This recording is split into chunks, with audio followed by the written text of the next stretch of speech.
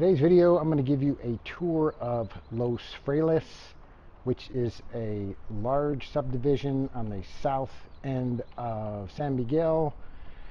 It's across the highway from the Unidad Deportiva, which is a sporting complex. I previously covered that in a different episode. Before we go on a bike tour, I'm going to give you some statistics on the neighborhood. The neighborhood itself is approximately 2 miles south of Centro. The neighborhood itself is in length from east to west is approximately 1.1 miles. The width is probably varies between an eighth of a mile and a quarter mile. It's fairly large. This neighborhood is popular because it has a more of a residential feel.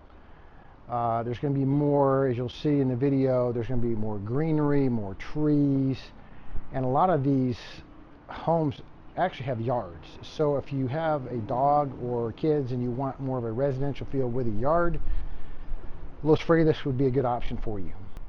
The neighborhood is also fairly quiet. You're not going to have as many fireworks because you're far enough away from Centro. You're not going to have the constant church bells. So that's another positive of the neighborhood.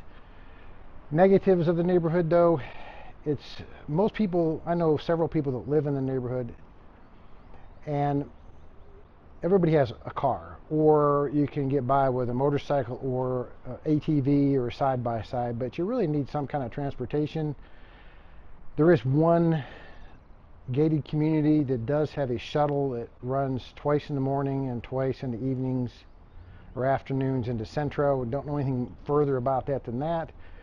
If you live near I would say that'd be the eastern edge of the neighborhood, you could take the bus. There's a bus stop right at the entrance of the neighborhood. But if you're further back in the neighborhood, you're really going to need some kind of transportation to get into town. There is one restaurant in the neighborhood. I've been to it one time. It's pretty good. There's two other restaurants just outside the neighborhood, Italian restaurant and a Mexican restaurant. But for the most part, shopping restaurants are going to be down near La Comer and further into Centro, which I've covered on previous episodes. In terms of the housing, there's a few lots remaining. The lots range from between $100,000 and $180,000. Currently, I'm quoting these prices at approximately the exchange rate of 18.4 to 1. The houses generally range between $250,000 to $1.4 million.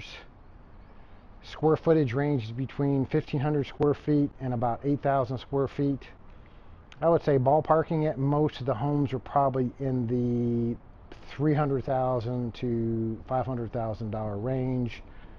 The ones that are $700,000 to $1.4 million are being the 5,000 to 8,000 square foot range. There is one home for sale at 16,000 square feet. Unfortunately, the price is not listed, so I can't give you the price. I don't know what it is, but at 16,000 square feet, it's a really nice looking home. All right, let's get going on the bike ride.